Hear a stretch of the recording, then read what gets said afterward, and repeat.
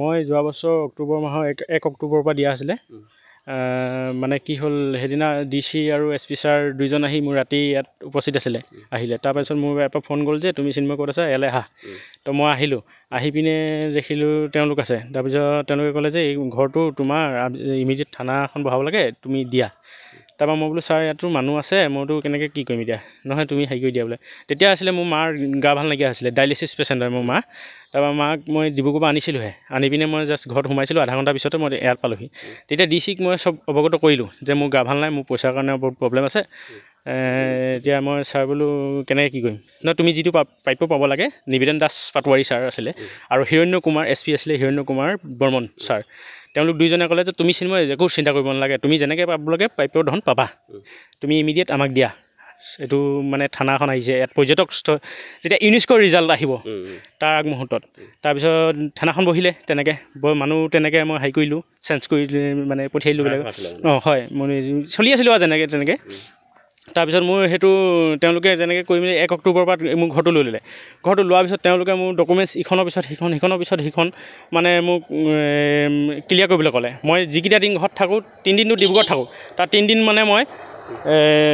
সেই ডকুমেণ্টছবিলাক ৰেডি কৰি পিনে ফাইল এটা হ'ল ফাইলটো হোৱাৰ পিছত মানে তেওঁলোকে মোক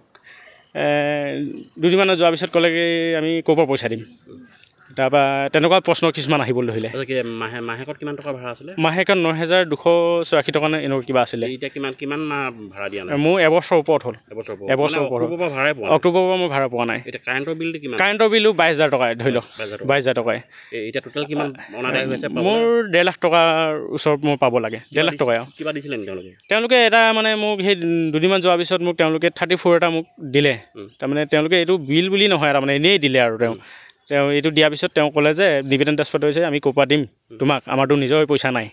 তেনেকুৱা ধৰণৰ প্ৰশ্নবিলাক মোক ক'বলৈ ধৰিলে এতিয়া বিসংগসকলে গ'লে মোক সপ্তাহৰ ভিতৰত 7টা দিনৰ ভিতৰত এটা দিন দিয়ে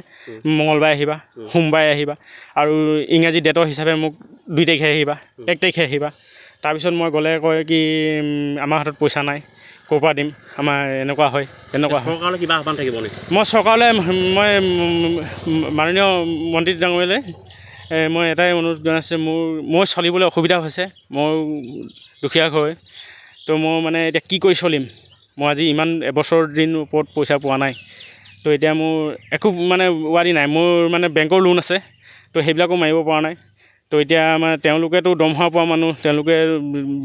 উচ্চ শিক্ষিত মানুহ তেওঁলোকে মোৰ কথা একবাৰো চিন্তা কৰা নাই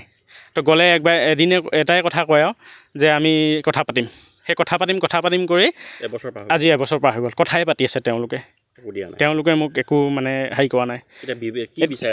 এতিয়া মইতো বিচাৰিছোঁ মানে মোৰ যিটো প্ৰাপ্য ধন পাব লাগে আৰু মোৰ কাৰেণ্টৰ বিল মই সেইটো সমস্যাত আছোঁ আৰু মই যদি আজি যদি কিবা এটা প্ৰব্লেম হয় কিবা মই যদি হেৰিও হৈ যাওঁ মোক এইটোতো কাৰেণ্টৰ বিল মোৰ লেটকি থাকিব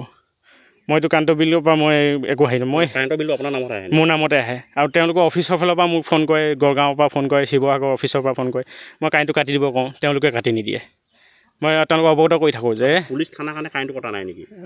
হয়তো হ'ব পাৰে তেওঁলোকে ভিতৰে কি কৰিছে নাজানিছোঁ কিন্তু কাৰেণ্টটোক মই ইমিডিয়েট কাটি দিব কওঁ যে কাটি দিয়ক তেওঁলোক সোণাৰী চৰাইদেউ DC আৰু SP ছাৰৰ আণ্ডাৰত আছিলে তেওঁলোকে এবাৰ পৰিশোধ কৰিলে তাৰপিছৰ পৰা তেওঁলোকে কাৰেণ্টৰ বিলো বাগিবগীয়া টাইপত আছে এতিয়া হ'ল কি DCও নিদিয়ে SPও নিদিয়ে কাৰেণ্টৰ বিল কোনো মানে আৰু ঘৰ ভাড়াও নিদিয়ে মানে কাৰেণ্টৰ বিলো দিয়া নাই আপোনাৰ ঘৰ ভাড়াও নিদিয়ে এতিয়া মই যথেষ্ট বিমত পৰিছোঁ মানে মই এতিয়া তেওঁলোকৰ সেইদিনাতো মই DC বাইদেউ SP ছাৰ বৰ্মন ছাৰৰ আগতো মই কৈ দিছোঁ যে মই বাইদেউ আৰু ইয়াত কিমান আহিম মইতো সপ্তাহত 7 দিনৰ ভিতৰত আহি থাকোঁ 30 দিনৰ ভিতৰত আহি থাকোঁ আহি মোৰো আমনি লাগিছে মই বোলো বাইদেউ আপুনি মোক ছুটে কৰি দিয়ক আৰু তেনেকুৱা মই প্ৰশ্ন কিছুমান কৰিলোঁ কাৰণ কেলৈ মই গ'লে তেওঁলোকে কয় তাত থানা আছে নেকি গমেই নাপায় এতিয়াতো থানা বহুৱা মোৰতো শক্তি নাই মই এজন কাম কৰি খোৱা মানুহে তো এতিয়া হ'ল কি মই যদিও মানে এতিয়া তেওঁৰ চকুৰ ওচৰলৈ যাওঁ তেওঁলোকে মোক মানে একো হেৰি নকয় মাত্ৰ কেৱল কয় যে অহা সপ্তাহত আহিবা আমি কথা পাতি আছোঁ সেইটোৱে হয় তেওঁলোকে চব মোৰ ফুল ডকুমেণ্টছ ফাইল এটা নজত ব্ৰাঞ্চৰ DC অফিচত যায় ৰেডি হৈ আছে সেই ফাইলটো তেওঁলোকে দাঙি ধৰা নাই আজিলৈকে